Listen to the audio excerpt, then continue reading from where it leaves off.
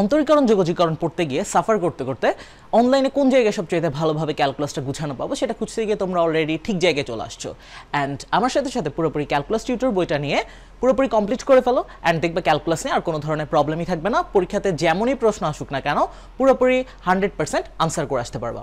তো চলো আমরা যোগজীকরণটাতে চলে যাই। ক্যালকুলাস টিউটর বইটা যাদের কাছে আছে তারা ক্যালকুলাস টিউটর বইয়ের 31 নম্বর পেজটা ওপেন করে ফেলো। সো এখানে আমরা ওভারঅল যোগজীকরণটা স্টার্ট করতে যাচ্ছি। যোগজীকরণ অন্তরীকরণের ফর্মুলাগুলো আমরা আগেই দেখে আসছি, অ্যান্ড আজকে আমরা দেখবো যে কীভাবে আসলে আমরা বেসিক জিনিসগুলো ক্যাচ করতে পারি। সো যোগজীকরণ স্টার্ট করার আগে এই জিনিসটা বলে রাখি, যোগজীকরণ আসলে হচ্ছে দুই প্রকার। একটা হচ্ছে অনির্দিষ্ট যোগজীকরণ, আরেকটা হচ্ছে নির্দিষ্ট যোগজীকরণ। সো এখানে আমরা যেটা স্টার্ট করতে যাচ্ছি আজকে সেটা হচ্ছে অনির্দিষ্ট যোগজীকরণ। আমার বিগত 6 বছরের ম্যাথ পড়ানোর এক্সপিরিয়েন্সে দেখেছি এইচএসসি বা অ্যাডমিশনের আগে অনেক স্টুডেন্টেরই ক্যালকুলাসে প্রবলেম থেকে যায়, যার কারণে হায়ার ম্যাথ নিয়ে কনফিডেন্স কমে যায় এবং কনফিউশনে ক্যালকুলাস একটি চ্যালেঞ্জে পরিণত হয়। ক্যালকুলাসের one step solution calculus tutor বইটিতে আমরা যোগ করেছি এক নজরে সম্পূর্ণ ক্যালকুলাসের রিভিশন, গুরুত্বপূর্ণ সূত্রগুলো চিত্রের মাধ্যমে সহজ উপস্থাপন, এইচএসসি বোর্ড পরীক্ষা এবং অ্যাডমিশন টেস্টে যেসব টপিক থেকে বেশি প্রশ্ন আসে সেগুলোর প্রতি অতিরিক্ত গুরুত্ব দেওয়া হয়েছে। অধ্যায়ভিত্তিক 10 সেকেন্ডে এমসিকিউ সমাধানের হ্যাক্স, পরীক্ষায় প্রায় আসে এমন গুরুত্বপূর্ণ টপিকগুলোর স্টেপ বাই স্টেপ সাজেশন, পরীক্ষার আগে যা যা দেখে যাওয়া দরকার সবই পাবে এই বইটিতে। আর বোনাস হিসেবে থাকছে একাডেমিক ও অ্যাডমিশনের জন্য সম্পূর্ণ বইয়ের ব্যাখ্যামূলক ভিডিও লেকচার। রকমারি থেকে আজই অর্ডার করে ফেল বইটি। ক্যালকুলাস নিয়ে এটিই হবে তোমার অল ইন ওয়ান সলিউশন। অনির্দিষ্ট যোগজীকরণ আর নির্দিষ্ট যোগজীকরণের মধ্যে পার্থক্যটা কোথায়? নির্দিষ্ট যোগজীকরণের ক্ষেত্রে একটা ফিক্সড লিমিট দেওয়া থাকবে, যেমন ধরো এখানে একটা লোয়ার লিমিট দেওয়া থাকতে পারে, একটা আপার লিমিট দেওয়া থাকতে পারে, কিন্তু অনির্দিষ্টতে সেটা থাকবে না। তো এখানে আমরা ফার্স্ট অফ অল যে নোটেশনটা বা প্রকাশ করার উপায় সেটা একটু আমরা দেখে নিই। আসলে একটা ইন্টিগ্রেশনকে কিভাবে প্রকাশ করব এই জিনিসটা জানলেই তো আমরা দেন সামনের দিকে অ্যাপ্রোচ করতে পারবো। সো এখানে ফার্স্ট অফ অল একটা ইন্টিগ্রেশনের একটা সিম্বল ইউজ করা হয়, এটাকে বলা হয় ইন্টিগ্রাল সিম্বল বা যোগজীকরণের প্রতীক। এই যে এখানে এই সিম্বলটা দেখছো, এই সিম্বলটা আসলে আসে ইংরেজিতে একটা ওয়ার্ড আছে সামেশন। সামেশন এখানে ফার্স্ট যে অক্ষরটা এস সেটাকেই হচ্ছে লম্বা করে লেখা হয়। সো এটা হচ্ছে ইন্টিগ্রাল সিম্বল বা এটাকে বাংলায় বলা হয় যোগজীকরণের যে প্রতীকটা। এরপরে দেখতে পাচ্ছ এখানে একটা এফ অফ এক্স আছে। এফ অফ এক্স বলতে এখানে এক্স এর যে কোনো ফাংশন বসতে পারে। যেমন আমরা এখানে একটা ফাংশন ধরে নিতে পারি, ধরো এক্স ধরতে পারি, অন্য যে কোনো কিছু হতে পারে, এক্স স্কোয়ার প্লাস 1, মোট কথা এক্স যুক্ত একটা ফাংশন থাকবে।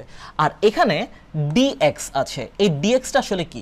এই ডিএক্সটা তোমরা অন্তরীকরণেও কিছু একটা দেখে আসছো। এই ডিএক্স বলতে আসলে বোঝায়, এই ডিএক্স বলতে বোঝায় ভ্যারিয়েবল অফ ইন্টিগ্রেশন, বা এটাকে বলা হয় সহজ বাংলায় বলে যার সাপেক্ষে আমরা ইন্টিগ্রেট করব। অন্তরীকরণে যেমন ছিল ডিডিএক্স অফ সামথিং, মানে এক্স এর সাপেক্ষে আমরা ডিফারেন্সিয়েট করতেছি, এখানে ইন্টিগ্রেশনেও সেম, যে আমাদের এখানে ডিএক্স বলতে বোঝাচ্ছে ভ্যারিয়েবল অফ ইন্টিগ্রেশন বা যার সাপেক্ষে আমরা ইন্টিগ্রেট করব সেই জিনিসটা। দেন এরপরে আমরা এখানে যদি একটু খেয়াল করি তাহলে এই পোর্শনটা গেল। তো আমরা এটা যদি আমরা ম্যাথে পাই এরকম টাইপের করে পাবো, এক্স এর একটা ফাংশন থাকবে, সাপোজ এটা এক্স, আর এখানে থাকবে ডিএক্স। আর এখানে যেটা দেখতেছো সেটা হচ্ছে যে এখানে একটা প্লাস সি দেখবা আর আরেকটা ক্যাপিটাল এফ অফ এক্স দেওয়া। সো এখানে স্মল এফ অফ এক্স যেটা দেওয়া আর ক্যাপিটাল এফ অফ এক্স যেটা দেওয়া সেটা কিন্তু মানে আলাদা। এখানে কিন্তু চাইলে আমি জি অফ এক্সও লিখতে পারতাম। সো জি অফ এক্স না লিখে আমি এখানে ক্যাপিটাল এফ অফ এক্স দিলাম তোমাদের বুঝে সুবিধার্থে, কারণ এই যে এখানে এফ অফ এক্স যেটা ছিল সেটাকে বলা হয় ইন্টিগ্রেন্ড বা যোজ্য, যাকে আমরা ইন্টিগ্রেট করতেছি আসলে। আর এটাকে ইন্টিগ্রেট করার ফলে যে রেজাল্টটা আসবে সেটা হচ্ছে আমাদের ক্যাপিটাল এফ অফ এক্স দিয়ে প্রকাশ করছি। সূত্রের ক্লাসটা তোমরা অলরেডি দেখে আসছো। সো কিভাবে আমরা একটা ইন্টিগ্রেট করি সেটা আসলে তখন বুঝে যাওয়ার কথা। আর এখানে প্লাস সি যেটা সেটাকে বলা হয় সমাকলিত ধ্রুবক, বা এটার আরেকটা নাম আছে হচ্ছে যোগজীকরণ ধ্রুবক, বা এটাকে বলা হয় কনস্ট্যান্ট অফ ইন্টিগ্রেশন। এই সিটা মানে সহজ কথায় সি দিয়ে একটা কনস্ট্যান্ট বোঝাচ্ছে, আর কনস্ট্যান্ট মানে হচ্ছে একটা নাম্বার। সো এখন এই ব্যাপারটা একটু খেয়াল করো। সো এখানে আমরা দেখতে পারি, আমরা যদি একটা এক্সাম্পল দেখি, ইন্টিগ্রেট এফ অফ এক্স মানে এক্স এর একটা ফাংশন নিলাম, সাপোজ এটা হচ্ছে আমরা এক্স নিলাম, এরপর হচ্ছে ডিএক্স, তাহলে এটার রেজাল্টটা কি আসবে? এখানে আসলে পাওয়ারে কিছু নেই, মানে এখানে মনে মনে বলা যায় 1 আছে। সো এখানে আমাদের ইন্টিগ্রেশনে পাওয়ার যে রুলটা সেটা এখানে অ্যাপ্লিকেবল হবে, integrate x to the power n dx. এটার ফর্মুলাটা কি ছিল? X to the power n plus 1 divided by n plus 1 plus C ছিল, ঠিক আছে? তো এখানে আমরা যদি এটা অ্যাপ্লাই করি তাহলে এখানে আমাদের যেটা আসতেছে সেটা হচ্ছে এখানে 1 ছিল আসলে পাওয়ারে, নাম্বারটা ছিল 1। তাহলে এখানে যে জিনিসটা বলা যায় সেটা হচ্ছে যে আমাদের x to the power n plus one means হচ্ছে 1 plus 1 divided by 1 plus 1 plus C.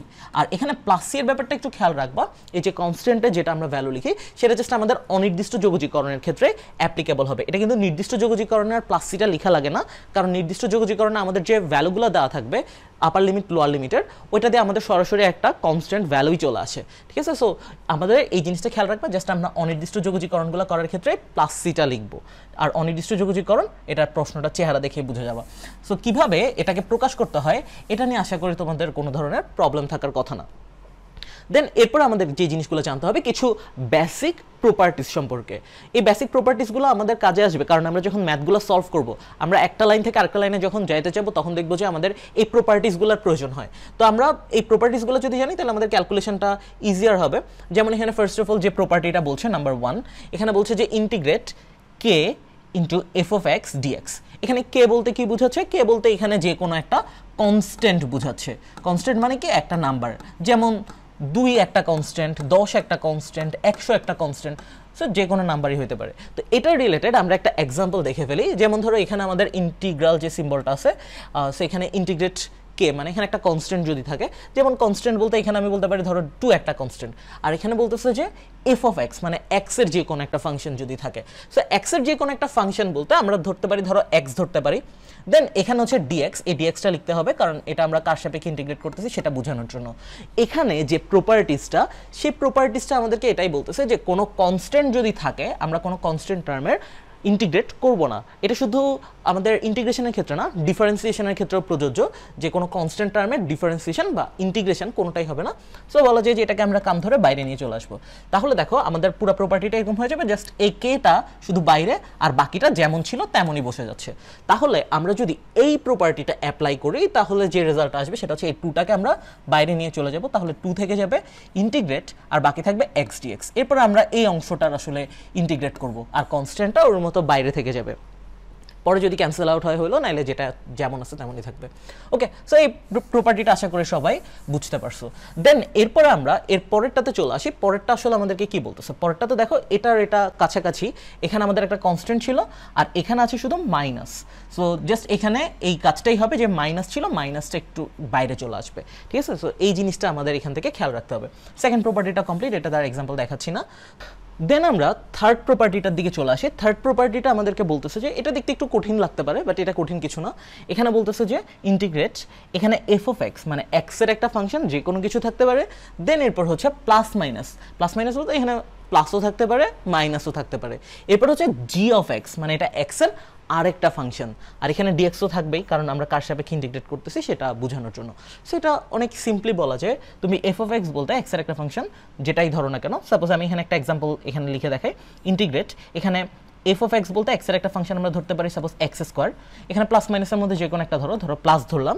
G of x মানে এক্স এর আরেকটা ফাংশন, সো এখানে ধরো আমি 2x ধরলাম, তারপর এখানে ব্র্যাকেট ছিল, ওপেনিং ব্র্যাকেট ক্লোজিং ব্র্যাকেট দিয়ে দিলাম, অ্যান্ড এখানে ডিএক্স ছিল, সো ডিএক্সটা এখানে বসে যাচ্ছে। সো এই প্রপার্টিটা আমাদের এটা মিন করে যে আমাদের প্রত্যেকটাকে আলাদা আলাদা ইন্টিগ্রেট করতে হবে, ঠিক আছে। সো এখানের মধ্যে দেখো এফ অফ এক্স যেটা ছিল মানে এক্স স্কোয়ার, এটাকে আমরা একবার ইন্টিগ্রেট করবো আলাদা করে। সো ইন্টিগ্রেট এখানে এক্স স্কোয়ার ডিএক্স, তারপর এখানে আমরা যেহেতু এখানে প্লাস কনসিডার করেছিলাম, সো এই প্লাসটাই আমরা এখানে বসাবো।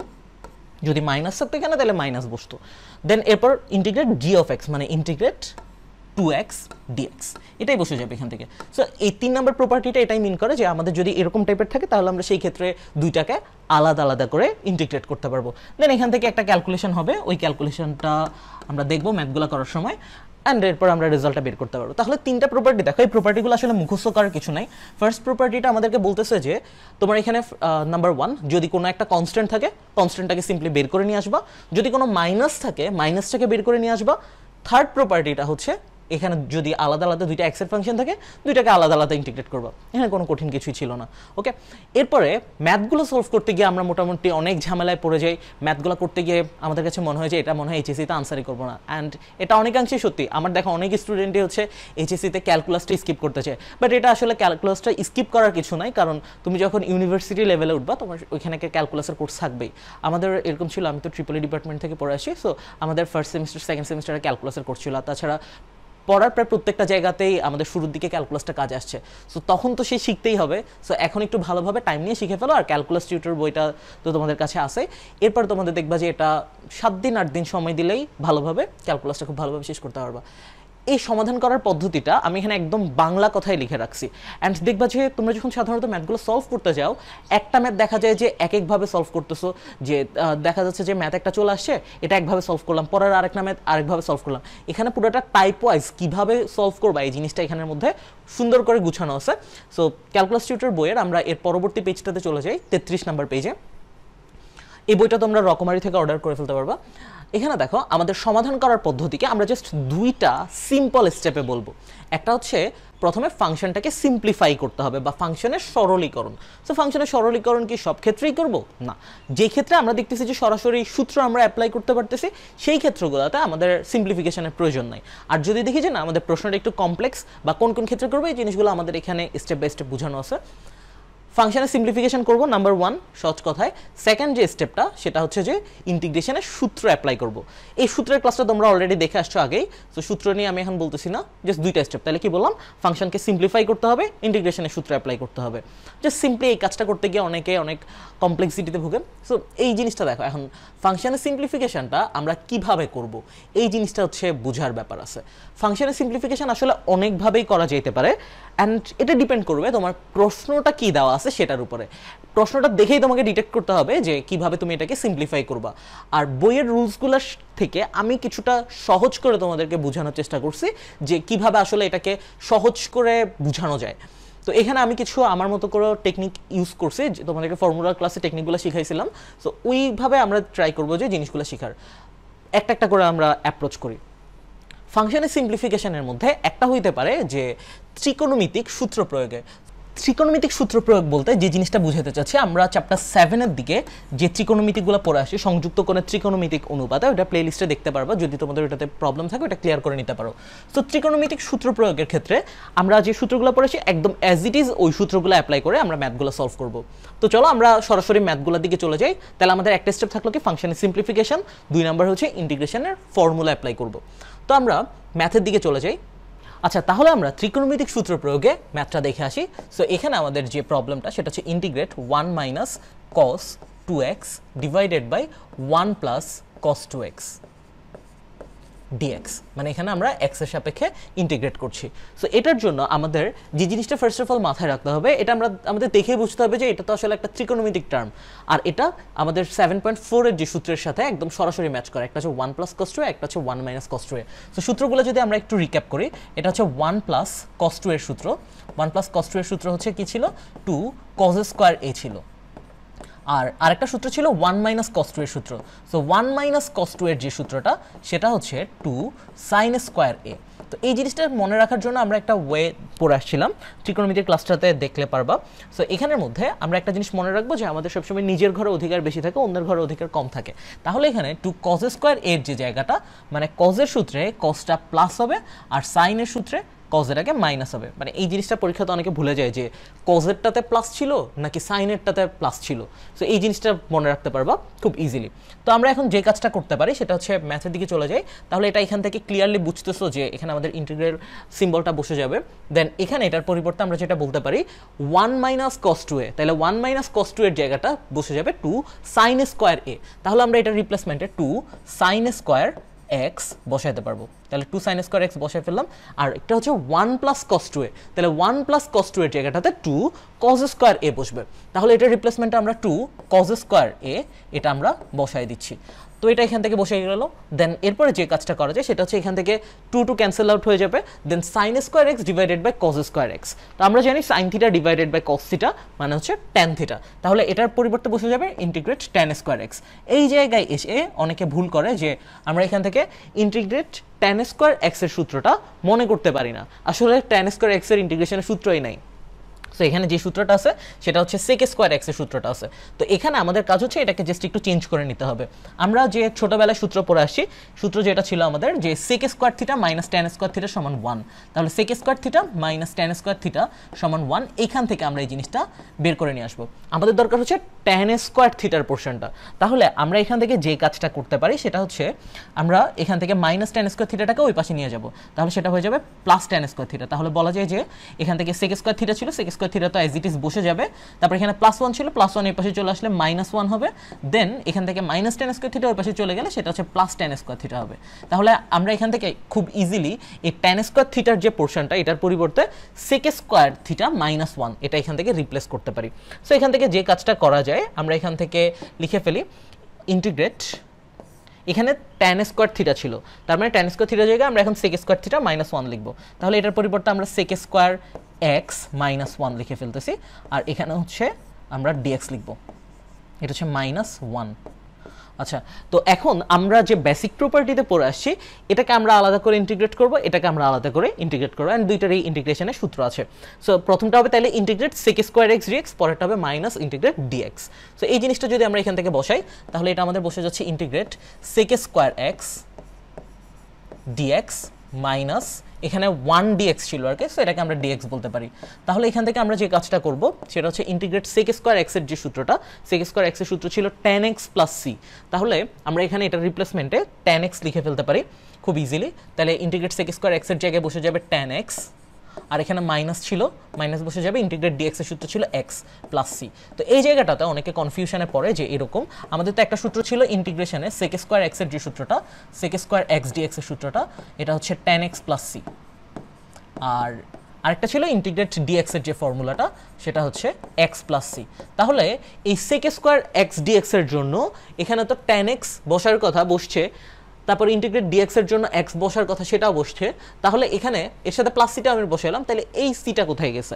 আসলে এই জায়গাটা একটা বুঝার ভুল যে এটাকে যদি আমি আলাদা একটা প্লাস সি মনে করি আর এটাকে যদি আমি একটা আলাদা প্লাস সি মনে করি, তো আমি যদি মনে করি যে এখানে একটা প্লাস সি বসার কথা, এখানে একটা প্লাস সি বসার কথা, দেন দুইটা মিলাই +2c হওয়ার কথা, এই জিনিসটা আসলে হবে না। কেন হবে না?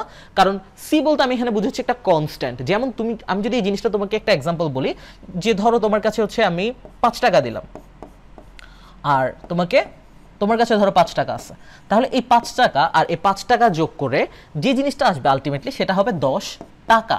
ওটা কিন্তু অন্য কোনো এককে চলে যাচ্ছে না, মানে 5টা টাকার সাথে 5টা টাকা যোগ করলে আমার ওই 10 টাকাই হচ্ছে, এটা একটা টাকা। সো এখানে আমি একটা কনস্ট্যান্টের সাথে একটা কনস্ট্যান্ট যদি যোগ করি, যে রেজাল্ট আসবে সেটা নিজেও একটা কনস্ট্যান্ট থাকবে। সো এই জন্য এখানে একটা প্লাসে লিখলেই হয়, আর এটা অনির্দিষ্ট যোগজীকরণের ক্ষেত্রে প্রযোজ্য। আমরা মোটামুটি অনেকটুকুই অনির্দিষ্ট যোগজীকরণ পড়ব, আর ওই রুলসগুলো আবার নির্দিষ্টতে অ্যাপ্লাই হবে। তাহলে আমরা যে জিনিসটা বলে আসছিলাম, দেখো দুইটা স্টেপ ছিল আমাদের।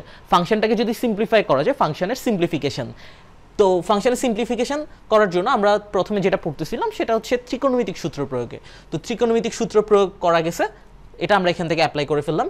এরপর এটার পরে আমরা সরাসরি ইন্টিগ্রেশনের সূত্র প্রয়োগ করতেছি। সো এখানে ইন্টিগ্রেশনের যে সূত্রটা ছিল সেটা আমরা এখান থেকে অ্যাপ্লাই করে ফেললাম, অ্যান্ড দ্যাটস ইট, আমাদের ম্যাথটার আনসার চলো, সেটাই আনসার।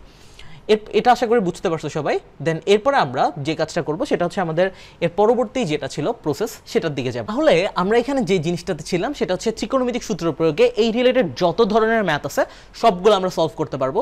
এখন আমরা সিম্পলিফিকেশনের পরবর্তী স্টেপটাতে চলে যাচ্ছি। পরবর্তী স্টেপটা হচ্ছে জেড ধরে সলভ করার ম্যাথগুলো। এটা তোমরা যারা করে আসছো তারা এই জিনিসটা সম্পর্কে ফেস করার কথা, জেড ধরা নিয়ে একটা চ্যালেঞ্জ ফেস করতে হয়। আসলে প্রথম কথা হচ্ছে জেডটাকে ধরতে হয় কেন। আমরা ম্যাথগুলোর ক্ষেত্রে দেখে আসছি যে এরকম টাইপের আমাদের একটা কমপ্লেক্স প্রশ্ন থাকে যেটাকে আমরা সিম্পলিফাই করে অন্য আরেকটা ভ্যারিয়েবলে নিয়ে যাই, সাধারণত সেটা জেডই ধরে আমরা সলভ করতে চাই। তবে এখানে যে সলভিং প্রসেসগুলো আছে, যেমন ফাংশনের সিম্পলিফিকেশনের, হয় এই স্টেপটার অনেকগুলো ম্যাথ পাবা ত্রিকোণমিতিক সূত্র প্রয়োগে, অথবা দেখো প্রত্যেকটার সাথে হয় এটাতে পাবা, অথবা সখণ্ড যোগজীকরণ পাবা, অথবা ত্রিকোণমিতিক সাবস্টিটিউশন পাবা। আর কোনটা কখন পাবা সেটা তোমাকে প্রশ্নের চেহারা দেখলেই এই জিনিসগুলো মাথায় চলে আসবে। সো আমরা এরপর এটাতে চলে যাই। যদি আমাদের একাধিক ফাংশন থাকে তখন সেই ক্ষেত্রে আমরা একটাকে জেড ধরবো। সো একাধিক ফাংশন থাকলে আমরা একটাকে জেড ধরবো আমাদের ক্যালকুলেশনটাকে সিম্পলিফাই করার জন্য। সো এটার জন্য আমরা একটা প্রায়োরিটি চার্ট শিখতে পারি। এটা আমি আমার মতো করে বানাই দিচ্ছি যাতে এটা দিয়ে তুমি খুব ইজিলি জেড ধরতে পারো। কারণ প্রশ্নে কোনটাকে আমরা জেড ধরবো এটা যদি বের করতে আমাদের 2-3 মিনিট চলে যায়, তাহলে আমাদের আলটিমেটলি ম্যাথের একটা টাইম কিল হয়। তুমি জাস্ট প্রশ্নটা দেখেই বুঝতে পারবে যে হ্যাঁ আমি এটাকেই জেড ধরবো, আর এটা দিয়ে 99.99% ম্যাথই মিলে যাবে। তো এখানের ক্ষেত্রে এটা একটা প্রায়োরিটি চার্ট মাথায় রাখতে পারো। সো আমাদের যদি প্রশ্নে কোনো জায়গায় ইনভার্স যুক্ত টার্ম থাকে সেটাকে আমরা জেড ধরে ফেলবো। ইনভার্স মানে হচ্ছে পাওয়ারে -1, তাহলে ইনভার্স থাকলে সেটাকে আমরা জেড ধরলাম। এরপরে যদি কোনো গৃহবন্দী টার্ম থাকে, গৃহবন্দী বলতে আমরা বুঝি যে সাধারণত ঘরের মধ্যে বন্দী। তো ঘরের মধ্যে বন্দী বলতে আমরা বলতে পারি যদি কোনো রুটযুক্ত টার্ম থাকে, মানে রুটের মধ্যে কিছু যদি বন্দী থাকে সেটাকে আমরা জেড ধরবো, যদি ব্র্যাকেট দিয়ে কোনো একটা বন্দী থাকে সেটাকে আমরা জেড ধরবো। ঠিক আছে, সো এই হচ্ছে আর কি ঘটনা। দেন এরপর হচ্ছে যদি কোনো এক্সপোনেনশিয়াল থাকে বা কোনো পাওয়ারযুক্ত টার্ম থাকে সেটাকে আমরা জেড ধরবো। এরপর অ্যালেন জাতীয় মান, এটাকে অনেকে লনও বলে, বা ই ভিত্তিক লগারিদম জাতীয় মান, সেটা থাকলে সেটাকে আমরা জেড ধরবো। এরপর হচ্ছে সেতু বা ব্রিজ। এই দুটো টার্ম একটু নতুন, কারণ এই দুটো টার্ম আমি লিখে দিছি তোমাদেরকে আলাদা করে বোঝার সুবিধার্থে। দেন সেতু বা ব্রিজ বলা যায়। সো ব্রিজের ম্যাথগুলো আমরা আলাদা করে দেখব। ব্রিজ বলতে কি বোঝায়, একটা ব্রিজ সাধারণত কেমন হয়, একটা ধরো এটা যদি একটা ব্রিজ হয়, উপরে থাকে রোড, এটা দিয়ে ট্রেন যেতে পারে বা বাস যেতে পারে, আর নিচে থাকে পানি।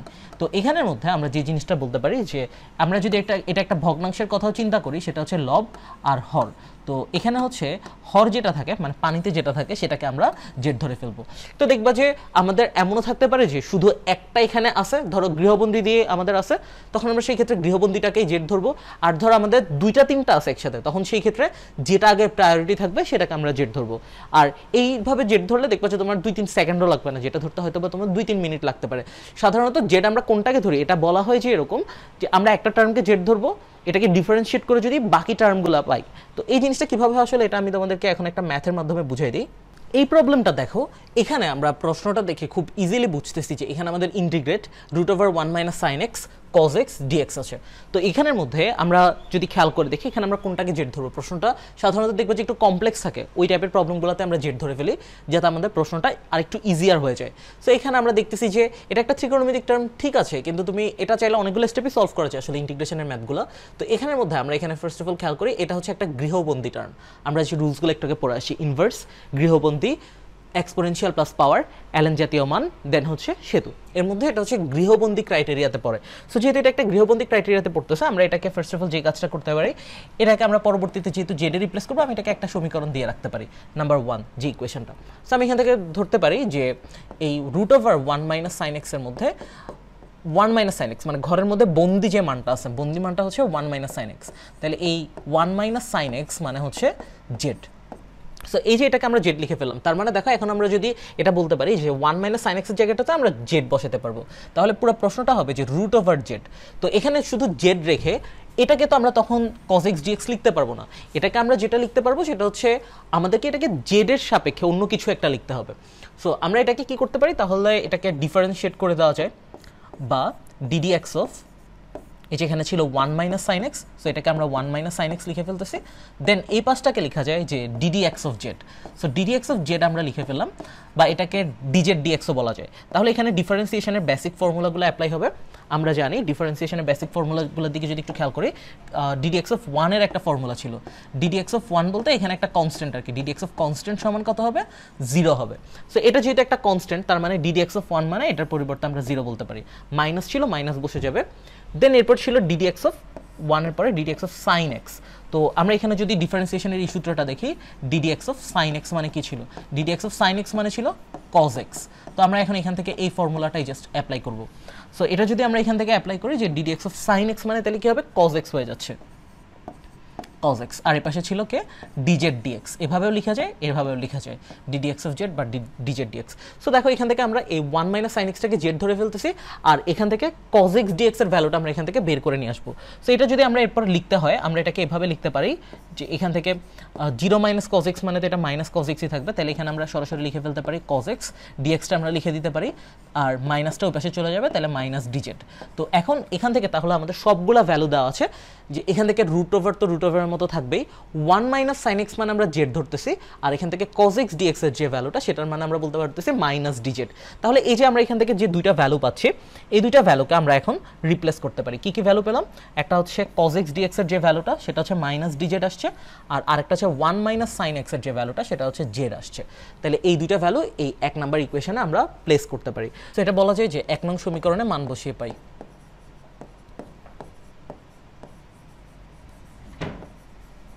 1 নং সমীকরণে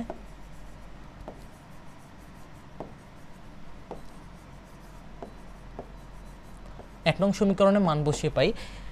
এই জিনিসটা বসানোর সময় একটু কেয়ারফুলি বসাবা, খেয়াল করবা। আমাদের এখানে ইন্টিগ্রাল সিম্বল ছিল, এটা আমি তোমাদেরকে এটা কম্পেয়ার করে দেখাই। ইন্টিগ্রাল সিম্বল বসে যাবে, এরপর ছিল √1 - sin x, তাহলে বসে যাবে এটা √z।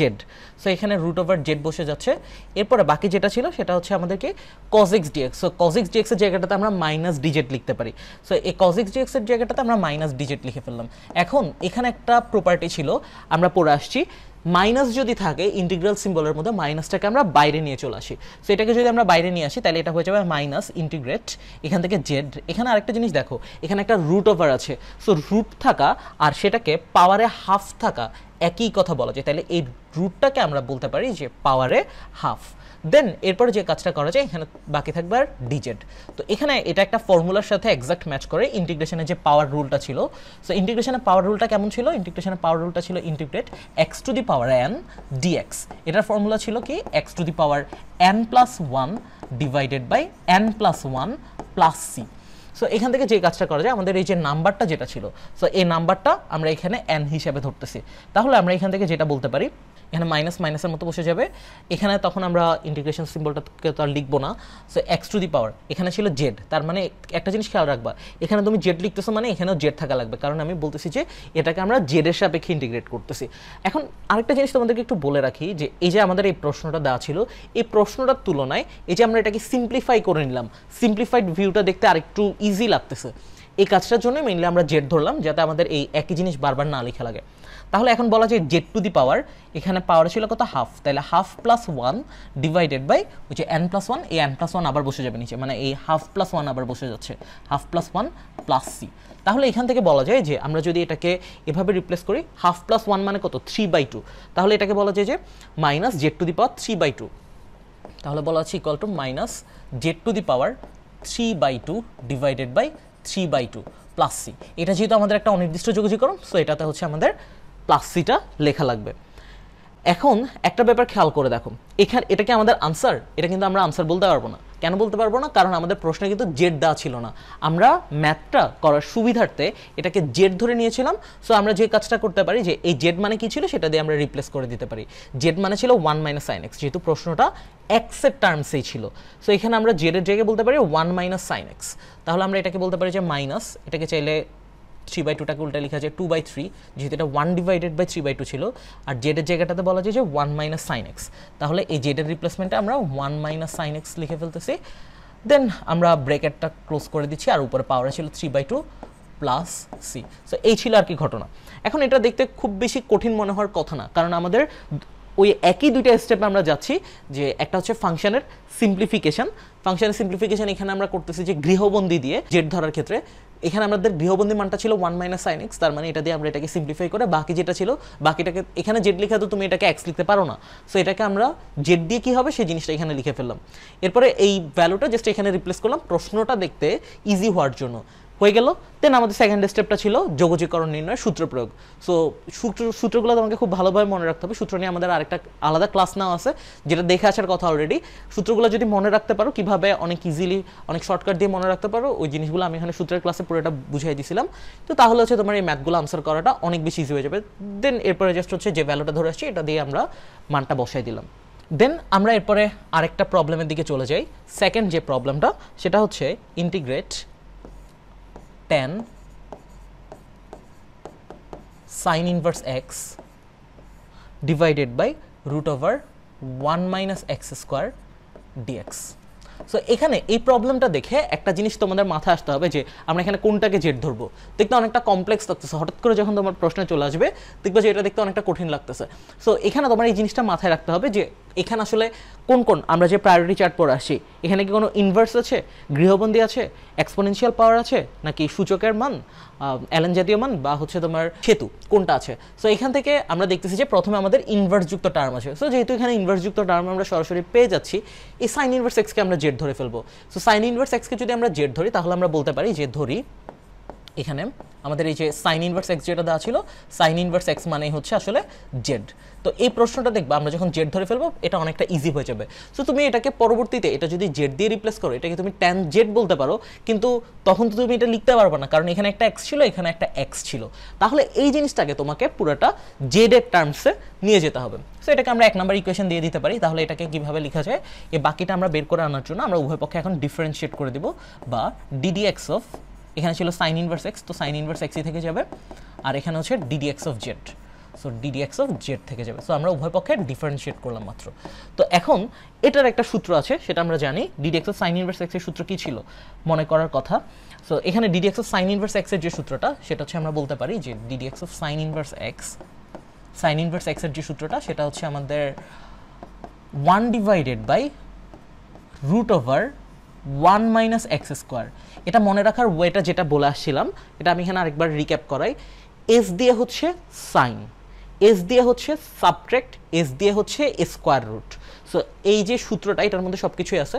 তো আমরা এখানে এই জিনিসটা লিখে ফেলতে পারি 1 divided by root over 1 minus x square, আর এ পাশে যেটা ছিল ডিজেড ডিএক্স সেটা বসে যাবে।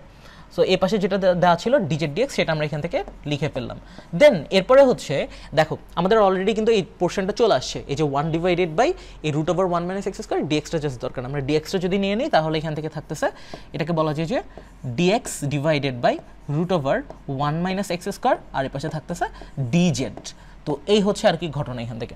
তাহলে আমরা এখান থেকে ভ্যালুগুলো কিন্তু পেয়ে গেছি অলরেডি। খেয়াল করলে দেখবা আমাদের এখানে সাইন ইনভার্স এক্স যেটা দেওয়া ছিল, এই সাইন ইনভার্স এক্সকে আমরা জেড দিয়ে রিপ্লেস করতে পারবো, আর পরবর্তীতে যেটা দেওয়া ছিল যে dx divided by root over 1 minus x square, সেটাকে আমরা ডিজেড দিয়ে রিপ্লেস করতে পারবো। অ্যান্ড আমাদের পুরো প্রশ্নটা তখন হচ্ছে জেড এর টার্মসে চলে যাবে।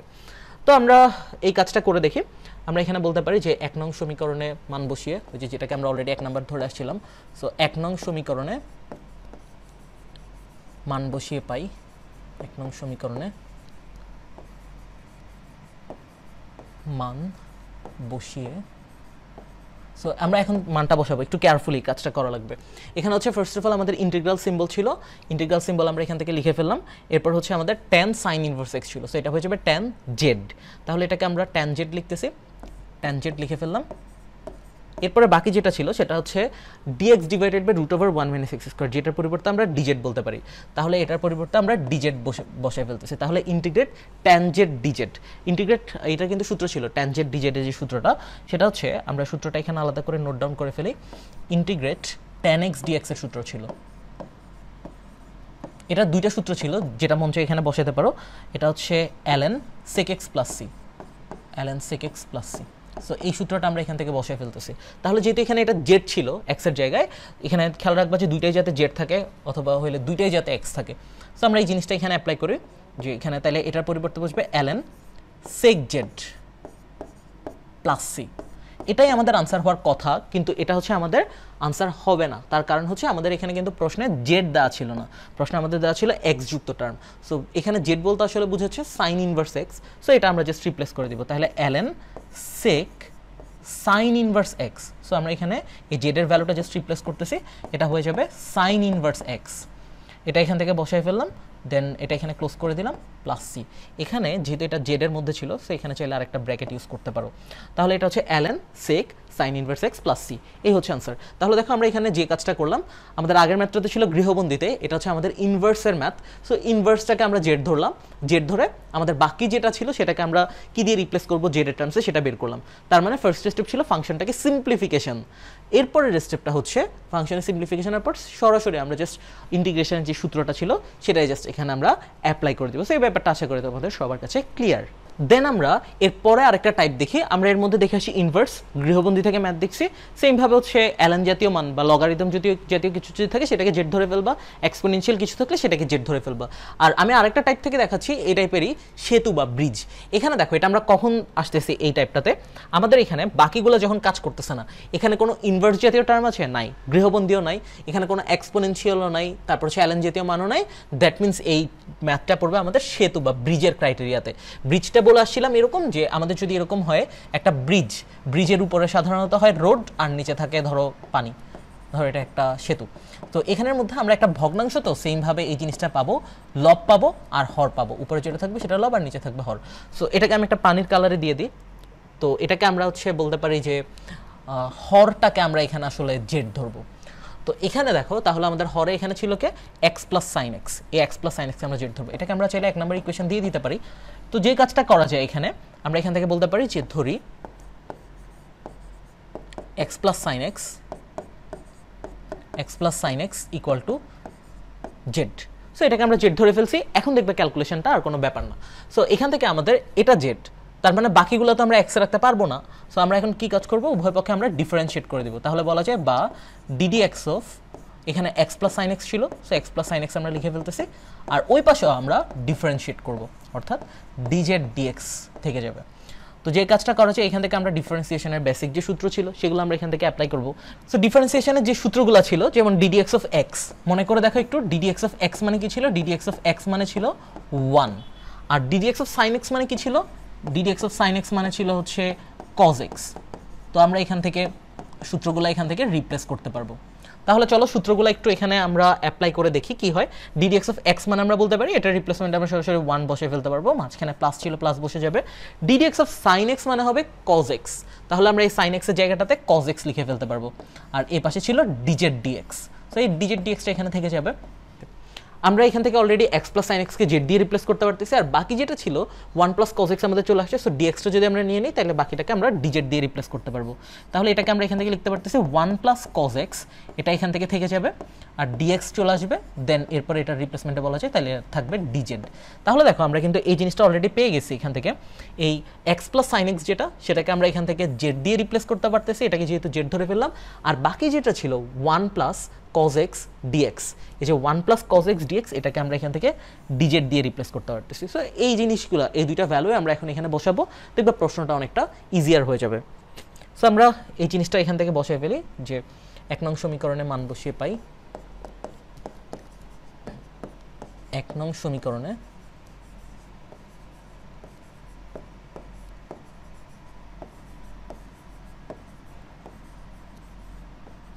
মান বসিয়ে, সো মানগুলো আমরা একটু বসাই এখন আসলে ঠিকঠাকভাবে। সো এখানে ফার্স্টে ইন্টিগ্রাল সিম্বল ছিল, ইন্টিগ্রাল সিম্বল বসে যাচ্ছে, দেন এরপরে হচ্ছে 1 প্লাস cos x dx, এটা রিপ্লেসমেন্টে আমরা বসাতে পারতেছি ডিজেড, আর এখানে ছিল 1 by x plus sine x, তাহলে 1 ডিভাইডেড বাই এটাকে বসে নিই, তাহলে এটা একটু ইজি হবে, 1 ডিভাইডেড বাই, তাহলে এটা হয়ে যাবে জেড, তাহলে এটাকে বলা যায় 1 ডিভাইডেড বাই জেড, এটা বসে যাচ্ছে। আর এরপরে হচ্ছে বাকি যেটা থাকে কি, বাকি থাকে 1 প্লাস cos x dx, এটার পরিবর্তে আমরা সরাসরি ডিজেড বসাতে পারতেছি, তাহলে এটা এখান থেকে আমরা ডিজেড বসাই দিলাম। তো এটার আমাদের সরাসরি কিন্তু ইন্টিগ্রেশনের সূত্র ছিল। সো ইন্টিগ্রেশনের এই ফর্মুলাটার দিকে যদি আমরা একটু খেয়াল করে দেখি, ইন্টিগ্রেশনের এই ফর্মুলাটা ছিল integrate 1 divided by x dx, এটার পরিবর্তে বলা যায় ln x প্লাস c। তো এটার পরিবর্তে আমরা বুঝতে পারতেছি এখানে যেহেতু আমাদের জেড ছিল, তাহলে আমরা এখান থেকে এটাকে জাস্ট বলতে পারি ln জেড প্লাস সি। এখানে আমরা আনসার রাখতে পারতাম, বাট এটা যেহেতু আমাদের প্রশ্নে এক্স দিয়েছিল, সো আমরা এটাকে এক্স এর টার্মসে নিয়ে যাব। তাহলে এখানে আমাদের প্রশ্নে যেহেতু এক্স দিয়েছিল, জেড মানে আমরা ধরে আসছি এক্স প্লাস সাইন এক্স, তাহলে এই জেডের জায়গাটাতে আমরা এক্স প্লাস সাইন এক্স দিয়ে রিপ্লেস করে দিব। তো এটার জায়গাটাতে আমরা বলতে পারি যে এখানে এক্স প্লাস সাইন এক্স, এটা বসে যাবে। দেন এরপরে হচ্ছে এটা আমরা ব্র্যাকেটটা ক্লোজ করে দিচ্ছি প্লাস সি, এটা যেহেতু একটা অনির্দিষ্ট যোগজীকরণ, দ্যাটস ওয়াই আমাদের এখানে প্লাস সি বসানো লাগবে। সো এই জিনিসটা আশা করি তোমাদের কাছে ক্লিয়ার। এখানে আমি এই জিনিসটা বলি, আমরা এখানেও সেম দুইটা স্টেপ ফলো করলাম। ফাংশনের সিম্পলিফিকেশনের জন্য আমাদের ওই 4টা মেথডের কাজ করে নাই বলেই আমরা এখানে সেতুটাতে চলে আসছি। সো ব্রিজের এটা দিয়ে আমরা এটাকে সিম্পলিফাই করে নিলাম, দেন আমরা জাস্ট এখানে ইন্টিগ্রেশনের যে বেসিক সূত্রটা ছিল সেটা অ্যাপ্লাই করলাম, অ্যান্ড আমাদের ম্যাথের আনসার চলে আসছে। সো এখানে একটা ব্যাপার খেয়াল করে দেখো, আমাদের এই যে ত্রিকোণমিতিক সূত্র প্রয়োগে যে ম্যাথগুলো ছিল ওগুলো আমরা দেখে আসি, ওই টাইপের প্রবলেমগুলো থাকলে কিভাবে সলভ করতে হয় এটা পারবা, এটা নিয়ে কোনো প্রবলেম হবে না। দেন জেড ধরে যে প্রবলেমগুলো ছিল সেটারও ম্যাথগুলো পারবা। এরপরে হচ্ছে আমাদের পরবর্তীতে যেটা আছে সেটা হচ্ছে ইউভি এর যে ম্যাথগুলো, এটা আমি এখন করাচ্ছি না, এটা পরবর্তীতে আমরা দেখাবো। সো এটা আমরা স্কিপ করছি, সখণ্ড যোগজীকরণ পার্টে আমরা এটা আরও ডিটেইলে ডিসকাস করব। সো এটা হচ্ছে ট্রিগোনোমেট্রিক সাবস্টিটিউশনটা আমরা এখন দেখি। এটা কিন্তু এটার আন্ডারে এই যে ফাংশনের যে সিম্পলিফিকেশন বা সরলীকরণ, ঠিক আছে। সো ক্যালকুলাস টিউটর বইতে আমি এই জিনিসটা পুরোপুরি একদম তোমাদের জন্য নোট আকারে রেখে দিছি, প্রত্যেকটা জিনিস জাস্ট বইটা নিবা, ক্লাসগুলো করবা, যে ম্যাথগুলো করাচ্ছ ওগুলো ভালোভাবে দেখবা ক্যালকুলাস নিয়ে কোনো প্রবলেম থাকবে না ইনশাল্লাহ। সো এখানে ট্রিগোনোমেট্রিক সাবস্টিটিউশন যেটা আছে, এখানে আমাদের কিছু এক্সপ্রেশন দেখা লাগবে। এই এক্সপ্রেশনগুলো থাকলে আমরা কিভাবে সাবস্টিটিউট করবো সেটা জানা লাগবে। আমাদের এই টাইপের এক্সপ্রেশনগুলো সাধারণত প্রশ্নে থাকে, এই তিনটার মধ্যেই পাবা। একটা হচ্ছে root over a square plus x square, আরেকটা হচ্ছে root over a square minus x square, আরেকটা হচ্ছে root over x square minus 1। তো এখানে আমরা এই জিনিসটা খেয়াল করে দেখি, এই টাইপের গুলো থাকলো যে আমরা যে জেড ধরতাম, জেড না ধরে এখন আমরা এই জিনিসটা ধরবো, মানে এটা দিয়ে সাবস্টিটিউট করব। তো এখানে আমরা যদি দেখি, এটাকে সহজভাবে বলা যায়, আমাদের প্রশ্নে এরকম টাইপের থাকতে পারে, এ মানে কি একটা কনস্ট্যান্ট থাকবে, তার মানে এখানে বলা যায় যে এটা একটা কনস্ট্যান্ট থাকবে রুট ওভার দিয়ে, একটা কনস্ট্যান্টের স্কোয়ার তারপর হচ্ছে প্লাস, এটা কি এক্স হচ্ছে একটা চলক বা ভ্যারিয়েবল, একটা ভ্যারিয়েবলের স্কোয়ার, তাহলে একটা কনস্ট্যান্টের স্কোয়ার প্লাস ভ্যারিয়েবলের স্কোয়ার, এরকম টাইপের করে প্রশ্নে সাধারণত দেওয়া থাকবে। হয়তো হালকা একটু কমপ্লেক্স থাকতে পারে, আমি তোমাদের একটা কমপ্লেক্স প্রবলেমই দেখাবো এটা সলভ করার সময়। সো এটা থাকলে আমরা x equal to A tan theta ধরবো। এখানে এ বলতে বোঝাচ্ছে এই যে এখানে যে এইটা থাকবে, এটাই একদম হুবহু বসে যাবে, আর ট্যান থিটা। তারপর হচ্ছে এখানে root over a square minus x square যদি থাকে, তাহলে আমরা এটাকে সাবস্টিটিউট করবো x equal to a sine theta দিয়ে। আর যদি root over x square minus a square থাকে, দেখো এটারই জাস্ট উল্টা, এখানে এক্স স্কোয়ারটা আগে আর এক্স স্কোয়ারটা আগে আর এখানে এ স্কোয়ারটা পরে। সো এরকম যদি থাকে তাহলে x equal to a sec theta. So এটা মনে রাখতে পারবা এভাবে। এটা আসলে দেখো এই জায়গাটা মনে রাখাটা একটু কমপ্লেক্স। সো এখানে এই জিনিসটা মনে রাখতে পারবা, এখানে যে ট্যান ছিল, এই ট্যানের যে মাথাটা সেটা হচ্ছে একটা প্লাস চিহ্নের মতো। সো এটা কিন্তু এখানে প্লাস চিহ্ন। এরপরে এটা হচ্ছে এস, এখানে হচ্ছে এস মানে আমরা মনে রাখতে পারি সাবট্র্যাক্ট বা বিয়োগ, সাবট্র্যাক্ট বা বিয়োগ। তার মানে দেখো এখানে কিন্তু আমাদের বিয়োগ চিহ্নটা আছে। তারপরে এখানে এস দিয়ে আমরা মনে রাখতে পারি সিমিলারলি সাবট্র্যাক্ট বা বিয়োগ। সো এখানে কিন্তু সেম বিয়োগ চিহ্নটা আছে, তাহলে এই জিনিসটা মনে রাখাটা ইজি। তার মানে এটা হচ্ছে একটা কনস্ট্যান্টের স্কোয়ার মাইনাস একটা ভ্যারিয়েবলের স্কোয়ার, আর এটা একটা ভ্যারিয়েবলের স্কোয়ার মাইনাস কনস্ট্যান্টের স্কোয়ার। তাহলে এই জিনিসটা মনে রাখাটা ইজি। অ্যান্ড এটা দিয়ে তোমরা বইগুলোতে সাধারণত 10.3-তে ম্যাথগুলো পাবা। অ্যান্ড আমরা এখন এই রিলেটেড একটা ম্যাথ করে দেখি কীভাবে আসলে এই জিনিসটা অ্যাপ্লাই হয়। আমি একটা দিয়ে বুঝিয়ে দিচ্ছি, বাকিটা তোমরা ইজিলি পারবা, ঠিক আছে। এক্সপ্রেশন যদি আমাদের root over a square plus x square থাকে, তাহলে x equal to A tan theta. এটা রিলেটেড আমরা একটা ম্যাথ দেখে আসি, চলো। তো এখানে খেয়াল করো, আমাদের এই টাইপের একটা প্রশ্ন দেওয়া আছে, 1 divided by root over x square plus 4x plus 13 dx. এটা দেখে অনেকটা মনে হচ্ছে আমরা এই যে এখানে একটা সাবস্টিটিউশনের যে প্রসিডিউরটা ছিল সেটার দিকে আমরা অ্যাপ্রোচ করতে পারবো। আমাদের সাবস্টিটিউশনে এরকম টাইপের ছিল যে আমরা যদি এখানে এটা রিপ্লেস করি, যে root over a square plus x square যদি পাই কোনো একটা জায়গায়, তাহলে আমরা এখান থেকে এটাকে রিপ্লেস করতে পারবো বা সাবস্টিটিউট করতে পারবো x equal to A tan theta দিয়ে। তাহলে এখানে আমরা যদি খেয়াল করে দেখি, এখানে একটা কনস্ট্যান্ট থাকার কথা, একটা কনস্ট্যান্ট আছে, বাট এটার সাথে স্কোয়ার নাই, এখানে একটা এক্স যুক্ত টার্ম আছে। সো এটাকে আমরা একটু সিম্পলিফাই করে নিই, তাহলে দেখবে আমরা এটার ফর্মেটেই চলে আসবে। কিভাবে দেখো, এখানে অনেকগুলো ম্যাথ এরকমও পাবা যে আমাদের এটা আসলে সিম্পলিফিকেশনের প্রয়োজন পড়বে না, সরাসরি প্রশ্ন থেকে অ্যাপ্লাই করতে পারবো। সো এখানে ইন্টিগ্রেট যে সিম্বলটা ছিল, ইন্টিগ্রাল সিম্বলটা, এটা আমরা বসাচ্ছি 1 ডিভাইডেড বাই রুট ওভার, এটা হচ্ছে এক্স স্কোয়ার বসে যাচ্ছে প্লাস, এটাকে আমরা দেখতেছি যে a square plus 2ab plus b square, আমরা ছোটোবেলায় যেটা পড়ে আসছি আর কি, এ প্লাস বি হোল স্কোয়ারের সূত্র, ওইটাতে আমরা এখান থেকে ভাঙাইতে পারি কিনা। So a plus b whole স্কোয়ারের যে সূত্রটা, a square plus 2ab plus b square, এটাতে যদি আমরা এখানে নিতে পারি তাহলে এই জিনিসটা আমাদের জন্য ইজি হয়। তাহলে 2 ছিল, সূত্রের 2 বসে যাচ্ছে, এ মানে হচ্ছে কত, এ মানে হচ্ছে এক্স, এটা বসে যাবে 2ab, বি মানে হচ্ছে কত, এটা যদি আমরা মিলাইতে যাই তাহলে এখানে 2 ছিল আর এখানে 2 নিলে আমাদের এটা মিলে যাবে, কারণ 2 2 4। সো এ স্কোয়ার প্লাস 2ab এটা বসে যাচ্ছে প্লাস, এখান থেকে আমরা বলতে পারি যেহেতু এটা বি ছিল, এই যে এটা বি ছিল, তার মানে এটা বলতে পারতেছি বি স্কোয়ার। এখন এখানে যে ঝামেলাটা সেটা হচ্ছে আমরা দেখতেছি যে এখানে এক্স স্কোয়ার ঠিকঠাক আছে, 4x ঠিকঠাক আছে, এখানে আমরা এই সূত্র অনুযায়ী মিলাতে গেলে এখানে থাকতেছে 4, বাট এখানে তো 13 আছে। তাহলে আমাদের এখান থেকে কি করা দরকার, আমরা দেখতেছি যে এখানে আমাদের 9 শর্টেজ আছে, এখানে ছিল 13 আর এখানে আছে 4, মানে আরও যদি আমরা 4-এর সাথে 9 যোগ করি তাহলে এটা হচ্ছে 13 হবে। সো এটা আমরা এখান থেকে অ্যাপ্লাই করে ফেলবো, তাহলে এটাকে আমরা বলতে পারতেছি এটা হচ্ছে 3 স্কোয়ার হবে আর কি, 3 স্কোয়ার মানে 9। তো এই জিনিসটা আমরা এখান থেকে লিখে ফেললাম। তাহলে এখন আমরা যে কাজটা করতে পারি, এই অংশটাকে আমরা একটা ফর্মুলা দিতে পারি না, a square plus 2ab plus b square, খুব ইজি। সো এই জিনিসটা আমরা এখান থেকে একটা ফর্মুলা অ্যাপ্লাই করে ফেলি, ইন্টিগ্রাল এখান থেকে 1 ডিভাইডেড বাই রুট ওভার, এখান থেকে যে জিনিসটা বলা যায় এটা হচ্ছে আসলে x প্লাস 2 হোল স্কোয়ার, ঠিক আছে, মানে a প্লাস বি, এটা a আর এটা b, a plus b whole স্কোয়ারের সূত্র, প্লাস এখানে 3 স্কোয়ার ছিল, এটা বসে যাচ্ছে, আর এখানে একটা dx মিসিং ছিল, এখানে একটা dx হবে আর কি। এখন দেখো ফর্মুলাটা খুব ইজি, এখানে আমাদের একটা কনস্ট্যান্ট থাকার কথা, কনস্ট্যান্টের স্কোয়ার আছে, এই যে কনস্ট্যান্টের স্কোয়ার থাকার কথা, প্লাস প্লাস বসে গেল, এখানে একটা এক্স যুক্ত টার্ম যেটার একটা স্কোয়ার থাকার কথা, এক্স যুক্ত একটা টার্ম তার স্কোয়ার আছে। তার মানে আমরা এই প্রবলেমটাকে, এই ট্রিগোনোমেট্রিক সাবস্টিটিউশন যেটা ছিল, এই সাবস্টিটিউশনটা দিয়ে খুব ইজিলি আমরা সলভ করে ফেলতে পারবো। তাহলে আমাদের এখন যে জিনিসটা ধরতে হবে সেটা হচ্ছে আমরা বলতে পারবো, ধরি x equal to A tan theta. X equal to A tan theta তো আমরা সরাসরি বলতে পারবো না, কারণ এখানে আমাদের এক্স বলতে যেটা দেওয়া ছিল সেটাই আমাদেরকে ধরতে হবে। তো এখানে এক্স বলতে যেটা ছিল, এক্স বলতে কি ছিল, এক্স বলতে ছিল এটা এক্স প্লাস 2, তাহলে এখানে যেটা বলতে পারি যে এক্স প্লাস 2 ইকুয়াল টু, আমরা যেটা বসাচ্ছি এ ট্যান থিটা। এ বলতে এখানে কি, এ বলতে আমাদের এখানে যেই এটা ছিল, এখানে এ ছিল কত 3, তাহলে এটা বলতে পারি যে 3 ট্যান থিটা, সো এখান থেকে আমরা 3 tan থিটা লিখে ফেললাম। এখন আমরা এখানে ওই জেড ধরে ম্যাথগুলো যেরকম করে আসি সেটার মতোই, তো এটার পরিবর্তে যদি আমরা বলতে পারি যে x = a tan থিটা, তাহলে এখানে dx-টাকে তো আমরা রাখতে পারবো না, dx-টাকেও থিটার টার্মসে নিয়ে যেতে হবে।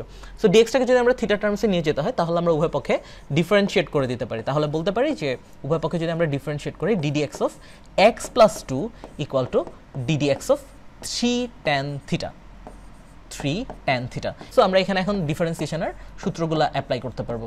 সো এখান থেকে 3 tan থিটা থেকে গেল। সো ডিফারেন্সিয়েশনের সূত্রগুলো কি ছিল? ডিফারেন্সিয়েশনের আমাদের যে বেসিক সূত্রগুলো ছিল, একটা ddx of x ছিল। সো এটাকে যদি আমরা বলি যে ddx of x মানে হচ্ছে কত? ddx of x মানে হচ্ছে 1, আর এটা হচ্ছে ddx of একটা constant. So ddx of constant যেটা ছিল, ddx of কনস্ট্যান্ট মানে ছিল 0, কারণ কনস্ট্যান্ট টার্মে ডিফারেন্সিয়েশন বা ইন্টিগ্রেশন হয় না। সো এখান থেকে আমরা যদি এটাকে ডিফারেন্সিয়েশন করি তাহলে সেটার রেজাল্টও 0 আসবে। আর আরেকটা ছিল এখান থেকে ddx of 3 tan theta. So এই ফর্মুলাটা আমি একটু লিখে রাখি। ddx of tan x এর সূত্র ছিল, ddx of tan x এর সূত্র ছিল sec square x। So ddx of tan x মানে sec স্কয়ার x। আচ্ছা, দেন এরপরে যে কাজটা করা যায়, এখন আমরা এখান থেকে ফর্মুলাটা অ্যাপ্লাই করি, তাহলে বলা যায় বা ddx of x যেটার মানে হচ্ছে 1, তাহলে আমরা ddx of x মানে এটাকে আমরা 1 লিখে ফেলতে পারি, প্লাস এখানে ddx of 2, তাহলে ddx of কোনো কনস্ট্যান্ট মানে হচ্ছে 0, এখানে 2 লাখ থাকলেও সেটা 0ই আসতো, ইকুয়াল টু এই জায়গায় এসে অনেকে ভুল করে, এখানে যে কাজটা করা যাবে না সেটা হচ্ছে এখানে ভুল করা যাবে না, এখানে হচ্ছে 3 একটা কনস্ট্যান্ট। সো কনস্ট্যান্ট টার্মের তো ডিফারেন্সিয়েশন হবে না, এটাকে আমরা বাইরে নিয়ে চলে আসবো। সো এটাকে যদি আমরা বাইরে নিয়ে চলে আসি তাহলে কি হচ্ছে 3 ddx of tan থিটা, এরকম হয় না? হ্যাঁ। এখন দেখো এখানে যে জিনিসটা আমরা অ্যাপ্লাই করব, এখানে 1 ছিল 1 রেখে দিই, এখানে 3 ছিল 3 রেখে দিই। এই জায়গাটাতে অ্যাপ্লাই করতে গিয়ে অনেকে এই ভুলটা করে যে এখানে ddx of tan থিটা, এখানে x ছিল আর এখানে থিটা ছিল, এটা রিপ্লেসমেন্টে অনেকে 0 বসায় দেয়। এখানে আসলে এটা রিপ্লেসমেন্টে 0 বসবে না, কারণ এখানে যে আমরা থিটাটা বলতেছি এই থিটার মধ্যে আসলে কিন্তু x আছে, কারণ আমরা যদি এখান থেকে থিটার মানটা আলাদা করে বের করতে চাই সেটা x রিলেটেড একটা মানই আসবে, এই কারণে এটাকে 0 বসানো যাবে না। তাহলে সূত্র যেটা আমরা পড়ে আসি, সূত্রতে এখানে x এর সাপেক্ষে ডিফারেন্সিয়েট করছিলাম, এখানেও আমাদের xই ছিল অ্যান্ড রেজাল্টটাও আমাদের x আসছে। তো এখন কোনো সমস্যা নাই, আমরা এটাকে আপাতত x ধরেই আমরা সূত্রটা অ্যাপ্লাই করি। So ddx of tan theta মানে ddx of tan x মানে সেটা হয়ে যাবে sec স্কয়ার x, তাহলে এটা রিপ্লেসমেন্টে আমরা বলতে পারি sec স্কয়ার থিটা। এখন যে জিনিসটা আমাদের মাথায় রাখা লাগবে, আমরা ডিফারেন্সিয়েশনের ক্লাসে একটা জিনিস পড়ে আসছি বারবার, আমরা যদি কোনো একটা জায়গায় সূত্রের মতো করে অ্যাপ্লাই না করতে পারি তাহলে সূত্র দিয়ে আমরা একবার অ্যাপ্লাই করে দিয়ে দিব, যেই অংশটা সূত্রের সাথে মিলবে না সেই অংশটাকে আমাদের আবার ডিফারেন্সিয়েট করতে হবে। তাহলে এখানে মিলে নাই কোন অংশটা একটু খেয়াল করো তো। সূত্রে ছিল আমাদের x, এটা x এর সাপেক্ষে ডিফারেন্সিয়েট করছিলাম, তো সূত্রে ছিল আমাদের x, কিন্তু এখানে আসে আমাদের থিটা, তার মানে মিলে নাই কোন জায়গাটা, বাকিটা কিন্তু মিলছে। দেখো ddx ছিল ddx ছিল, tan ছিল tan ছিল, তার মানে এই থিটার জায়গাটা আর x এর জায়গাটা মিলে নাই, তাহলে যে অংশটা মিলবে না শুধু ওই অংশটাকে আবার ডিফারেন্সিয়েট করতে হবে। তাহলে এটাকে যদি আমরা আবার ডিফারেন্সিয়েট করি মানে ddx of থিটা এখানে লিখে দিতে পারে, মানে d থিটা dx এভাবে বলা যায়। তাহলে এই কাজটা আমাদেরকে করতে হবে, অ্যান্ড এরপরে এটা একটু আলাদা করে মাথায় রাখবা যে এরকম টাইপের যদি আসে তাহলে আমরা সেই ক্ষেত্রে যে অংশটা মিলবে না ওটাকে আমরা ডিফারেন্সিয়েট করব। এটা অলরেডি তোমাদের অন্তরীকরণ ক্লাসে দেখে আসার কথা। আচ্ছা, তো এখন আমাদের যে কাজটা করতে হবে সেটা হচ্ছে আমরা যে কী করতেছিলাম, এখানে হচ্ছে এই dx এর ভ্যালুটাকে আমরা এখন রিপ্লেস করতে চাচ্ছিলাম। সো dx এর ভ্যালুটাকে যদি আমরা এখান থেকে রিপ্লেস করতে চাই তাহলে এখান থেকে বলা যায় যে dx সমান, সো dx সমান বলা যায়, আর এখান থেকে বাকি যেটা থাকবে আর কি 3 sec square theta d theta. এটার ফার্স্ট সিম্পলিফিকেশনটাই একটু লেংদি, পরেরটা সহজ। তাহলে এখান থেকে আমরা যে কাজটা করতে পারতেছি সেটা হচ্ছে যে ফার্স্ট অফ অল আমরা এই যে এখান থেকে x + 2 = 3 tan থিটা যেটা ধরতে পারতেছি এটা আমরা এখান থেকে ধরে ফেলতেছি। তার মানে এই যে এখানে আমাদের যে x + 2 যেটা দেওয়া ছিল এখানে যদি আমরা এটাকে রিপ্লেস করি আর কি, এটাকে ধরো আমি 1 নাম্বার ইকুয়েশন দিলাম, সো এখানে যদি আমরা এটাকে রিপ্লেস করি x + 2 এর জায়গাটাতে আমরা এখান থেকে রিপ্লেস করতে পারতেছি 3 tan থিটা দিয়ে। তাহলে x + 2 এর জায়গাটাতে আমরা 3 tan থিটা দিয়ে রিপ্লেস করতেছি, আর এখানে dx যেটা ছিল dxটাকে আমরা রিপ্লেস করতেছি 3 sec square theta d theta দিয়ে। তো আমরা এখন বলতে পারি যে 1 নং সমীকরণে মান বসিয়ে পাই। 1 নং সমীকরণে দেখো এটা কিন্তু জেড ধরে ম্যাথগুলোর মতোই, ঠিক আছে, জাস্ট এটাকে আমরা থিটা দিয়ে ম্যাথটা সলভ করতেছি সাবস্টিটিউশন দিয়ে। 1 নং সমীকরণে মান বসিয়ে, সো 1 নম্বর সমীকরণে চলো মানটা বসাই। 1 নম্বর সমীকরণে আমাদের ছিল এখানে একটা ইন্টিগ্রাল সিম্বল 1 / একটা রুট ছিল, এটাকে বসাই নেই, এখানে ইন্টিগ্রাল সিম্বল ছিল 1 / একটা রুট ছিল। সো রুটের মধ্যে কি ছিল, একটা ছিল x+2 হোল স্কোয়ার, তাহলে x+2 মানে ছিল 3 tan থিটা, তাহলে এটার রিপ্লেসমেন্টে বলা যায় যে 3 tan থিটা হোল স্কোয়ার। এই কাজটা আমরা করে ফেলতেছি, প্লাস ওইখানে একটা 3 স্কোয়ার ছিল, 3 স্কোয়ার বসাই দিচ্ছি, আর এটার পরে এই যে 3 স্কোয়ারটা বসালাম, আর ছিল একটা dx। সো dx এর জায়গাটাতে বসানো যায় 3 sec square theta d theta, তাহলে এটার পরিবর্তে আমরা বসাতে পারতেছি 3 sec square theta d theta, এটা বসাই দিলাম। এখন এটাকে জাস্ট আমাদের সিম্পলিফাই করতে হবে। সিম্পলিফাই করার জন্য আমরা যে কাজটা করতে পারি এখান থেকে, এটা ফার্স্টে দেখতেছো এখানে একটা ব্র্যাকেট আছে এবং এখানে একটা স্কোয়ার আছে, তার মানে এটার কাজটা আগে করে ফেলি। তাহলে যে জিনিসটা লেখা যায় এখান থেকে integrate 1 divided by root over থেকে যাবে এখান থেকে, তার মানে এটা হয়ে যাবে 3 স্কোয়ার tan স্কোয়ার থিটা, আর এখানে ছিল প্লাস 3 স্কোয়ার, আর এখানে ছিল 3 sec square theta d theta. এটা পর্যন্ত বুঝছো আশা করি। এখন এখানে ক্যালকুলেশনটা দেখো, এখানে একটা 3 স্কোয়ার আছে, এটার মধ্যে একটা 3 স্কোয়ার আছে, সো আমরা এখান থেকে 3 স্কোয়ারটা কমন নিয়ে নিতে পারি। তাহলে বলা যায় ইন্টিগ্রেট, এটাকে আমরা উপরে লিখে ফেলতে পারি 3 sec square theta d theta, কারণ 1 এর সাথে এটা গুণ করলে এটাই থাকবে 3 sec square theta d theta. এখান থেকে আমরা রুট ওভার 3 স্কোয়ারটাকে কমন নিয়ে নিতে পারি, তাহলে 3 স্কোয়ার কমন নিয়ে নিলে এখানে থাকবে tan স্কোয়ার থিটা প্লাস 1। এটা আশা করি বুঝছো। এরপরে যে কাজটা করা যায় এখান থেকে, আমরা একটা প্রপার্টি জানি যে আমরা এরকম লিখতে পারি যে root over a b equal to root over a into root over b. তাহলে এই দুইটাকে আলাদা আলাদা করে লেখা যায়, এটাকে যদি আমরা এ হিসেবে চিন্তা করি আর এটাকে যদি বি হিসেবে চিন্তা করি, তাহলে এটাকে বলা যায় root over a into root over b. তাহলে এটাকে আমরা লিখে ফেলি ইন্টিগ্রেট, এখানে এটা ছিল 3 sec square theta d theta, তাহলে এটাকে লিখে ফেলতেছি 3 sec square theta d theta. এরপরে যেটা ছিল এখানে স্কোয়ার রুটে ক্যান্সেল হয়ে যাবে, তাহলে এটা থাকবে শুধু 3, আর এখানে থাকবে root over tan square theta plus 1। আচ্ছা, এরপর আমরা এই জিনিসটা আমরা পরবর্তীতে নিয়ে যাই, পরবর্তী লাইনে এরকম টাইপের হবে equal to integrate 3 sec square theta d theta. আর এখানে দেখো একটা জিনিস, এখানে ছিল 3 root over tan square theta plus 1, তাহলে এখানে 3 root over tan square theta plus 1, এটার পরিবর্তে আমরা কি লিখতে পারি? আমরা জানি ছোটবেলায় পড়ে আসছি ক্লাস 9-10-এ sec square theta minus tan square theta সমান হচ্ছে 1 ছিল। তো আমাদের এখান থেকে যে পোর্শনটা দরকার, আমাদের দরকার হচ্ছে tan স্কোয়ার থিটা প্লাস 1 এর পোর্শনটা দরকার।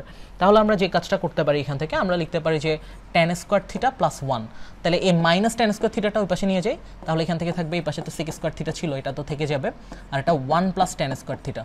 তো 1 প্লাস tan স্কোয়ার থিটা আর tan স্কোয়ার থিটা প্লাস 1 বলা একই কথা। তাহলে আমাদের এই যে এখানে এই পোর্শনটা ছিল tan স্কোয়ার থিটা প্লাস 1, এটার রিপ্লেসমেন্টে আমরা এখান থেকে sec স্কোয়ার থিটা লিখতে পারি, তাহলে এটার পরিবর্তে sec স্কোয়ার থিটা বসে যাচ্ছে। এখন দেখো আমাদের ক্যালকুলেশনটা শর্ট হয়ে গেছে আরও, সো এখান থেকে 3 ক্যান্সেল আউট হয়ে যাবে, 3 ক্যান্সেল হয়ে যাওয়ার পরে আর এখানে স্কোয়ার আর স্কোয়ার রুটে নালিফাই হয়ে যাবে, দেন এরপর উপরে থাকবে sec square theta d theta, আর নিচে থাকবে শুধু sec থিটা। sec থিটা কেন? কারণ এখানে স্কোয়ার আর রুটে নালিফাই হয়ে যাবে। তো এখান থেকে একটা sec চলে গেলে sec ক্যান্সেল হয়ে, সো এখান থেকে পরবর্তী লাইনে লেখা যায় যে এখান থেকে শুধু একটা sec থিটা থাকবে, so sec theta d theta. So এখন জাস্ট এখানে sec থিটার ফর্মুলাটা অ্যাপ্লাই করতে হবে sec থিটার d থিটার জন্য। এটার জন্য যে ফর্মুলাটা ছিল আমরা পড়ে আসছি এরকম টাইপের, দুইটা ফর্মুলা ছিল, এখানে যে কোনোটা বসাতে পারো। সো এখান থেকে বলা যায় যে আমি এখানে ফর্মুলাটা লিখি যে sec x dx এর সূত্র, ইন্টিগ্রেট sec x dx এর সূত্র, এটা একটা আমরা যেটা এখানে অ্যাপ্লাই করব ln tan pi/4 plus x/2 plus c, এই সূত্রটা এখানে অ্যাপ্লাই করি। সো এখান থেকে এটা যদি আমরা অ্যাপ্লাই করি তাহলে এখানে ছিল হচ্ছে sec থিটা d থিটা, এটা যদি আমরা এখানে সূত্রটা অ্যাপ্লাই করি তাহলে এটা হয়ে যাবে ln tan pi/4 প্লাস, এখানে তো আমাদের x ছিল না, এখানে আমাদের প্রবলেমটা ছিল থিটা দিয়ে, তার মানে এটা হয়ে যাবে θ/2 প্লাস সি। সো এই জিনিসটা আমাদের এখানে ব্র্যাকেটটা ক্লোজ দিতে হবে। এটাই কি আমাদের আনসার? না, এটা আমাদের আনসার না। কেন আনসার না? কারণ আমরা এখান থেকে এই থিটাটা আমাদের প্রশ্নে দেওয়া ছিল না, প্রশ্ন আমাদের ছিল পুরোটা এক্স দিয়ে। প্রশ্নটার দিকে যদি আমি একদম ব্যাক করি, প্রথম যে স্লাইডটা ছিল সেটা হচ্ছে root over x² plus 4x plus 13 এটা ডিএক্স, এখানে ছিল আমাদের এটা পুরোটা এক্স দিয়ে। আমরা ম্যাথটা করার সুবিধার্থে এই x+2 = 3 tan থিটা ধরে নিয়েছিলাম, এখান থেকে আমাদের থিটার মানটা বের করতে পারলে আনসার চলে আসবে। তাহলে এই জিনিসটা আমাদের মাথায় রাখতে হবে যে x+2 = 3 tan থিটা। তাহলে আমরা যেটা ধরে আসছিলাম সেটা হচ্ছে x+2 = 3 tan থিটা। তো এখান থেকে যেটা বসানো যায় সেটা হচ্ছে আমরা বলতে পারি পরের লাইনে, সেটা হচ্ছে বা এখানে আমাদের দরকার থিটার মানটা, তাহলে থ্রিটা এই পাশে চলে আসবে, সেটা ভাগ হয়ে যাবে, এখানে গুণ ছিল এই পাশে আসলে ভাগ, তাহলে ডিভাইডেড বাই 3 ইকুয়াল টু থাকবে ট্যান থিটা। তাহলে এটাকে বলা যায় যে আমরা এখান থেকে থিটার মান বলতে পারি থিটার সমান tan inverse x plus 2 divided by 3। তাহলে এটা এখান থেকে আমরা লিখে ফেললাম। তো এই থিটার মানটাই জাস্ট এখানে বসাই দিব অ্যান্ড আমাদের আনসার চলে আসবে। সো এটাই জাস্ট বসানোর কাজটা বাকি, এটা আমরা এখান থেকে বসাই ফেলি, তাহলে এটা চলে আসবে ln tan pi by 4 plus theta by 2 divided by 2 মানে কত, এটা একটা হাফ, সো হাফটাকে আমরা লিখে ফেললাম আলাদা করে। এরপর থিটার মানটা জাস্ট বসাচ্ছি, থিটার মানটা কত ছিল, এই যে এখানে যেটা ছিল আগে ট্যান ইনভার্স হাফ, এটা থিটার মানটা বসাচ্ছি tan inverse x plus 2 divided by 3, এই ব্র্যাকেটটা ক্লোজ। দেন এখানে একটা ব্র্যাকেট ছিল ওই বড় ব্র্যাকেটটা, এটা চাইলে একটা সেকেন্ড ব্র্যাকেটও দিতে পারো, এই সেকেন্ড ব্র্যাকেটটা ক্লোজ করে দিলাম। আর এখানে একটা থার্ড ব্র্যাকেট ছিল, থার্ড ব্র্যাকেটটা ক্লোজ করলাম, দেন হচ্ছে প্লাস সি বসে যাবে আর কি। সো এই হচ্ছে আর কি এখানে ওভারঅল যে ঘটনাটা। আচ্ছা, তাহলে আমি এই পুরো ম্যাথটা একটা রিক্যাপ করে ফেলি। এখানে আমরা ওভারঅল যে কাজটা করতেছিলাম সেটা হচ্ছে আমাদের সাবস্টিটিউশন। এই প্রশ্নটা দেখে ফার্স্টে আমরা প্রেডিক্ট করতেছিলাম যে এটা আমরা a square plus x square যেটা ছিল এক্সপ্রেশনটা, সেটাকে আমরা x equal to a tan theta দিয়ে সাবস্টিটিউট করব। তো আমরা এটাকে সিম্পলিফাই করলাম, দেখলাম হ্যাঁ এটা দিয়ে সাবস্টিটিউট করা যাবে। সেখানে x বলতে যেটা ছিল সেটা আমরা ধরে নিব, তাহলে x equal to a tan theta, আর a বলতে ছিল আমাদের এখানে 3 স্কয়ার, মানে 3 ছিল আর কি এখানে a। তো আমরা এখান থেকে যে কাজটা করতে পারি সেটা হচ্ছে যে আমরা ফার্স্টে x equal to a tan theta ধরে নিলাম, আর এখানে বাকি যেটা ছিল dx, এটাকে আমরা আসলে থিটা দিয়ে কিভাবে বলতে পারি এটা আমরা এখানে রিপ্লেস করে দিলাম। সো এখানে মানগুলো বসানোর পর জাস্ট আমাদের ইন্টিগ্রেশনের যে সূত্রগুলো ছিল ওই সূত্রগুলো বসিয়ে দিলাম। লাস্টে এখানে যে ফর্মুলাটা ছিল sec x এর দুইটা সূত্র আছে, যে কোনোটা বসাতে পারো। এখানে আমরা এটা বসালাম ln tan pi by 4 plus x by 2 plus C, এটা বসানোর পর দেন আমাদের যেটা আসছে সেটাই হচ্ছে আমাদের আনসার হবে। সো এই ব্যাপারটা আশা করি তোমাদের সবার কাছে ক্লিয়ার। সো আজকের লেকচার এখানে শেষ করছি, দেখা হবে আমাদের পরবর্তী ক্লাসে। আমাদের ইন্টিগ্রেশনে যে স্পেশাল ফর্মুলাগুলো আছে, স্পেশাল ফর্মুলাগুলো দিয়ে কীভাবে আমরা ম্যাথগুলো সলভ করতে পারি সেই ব্যাপারগুলো নিয়ে। আল্লাহ হাফেজ।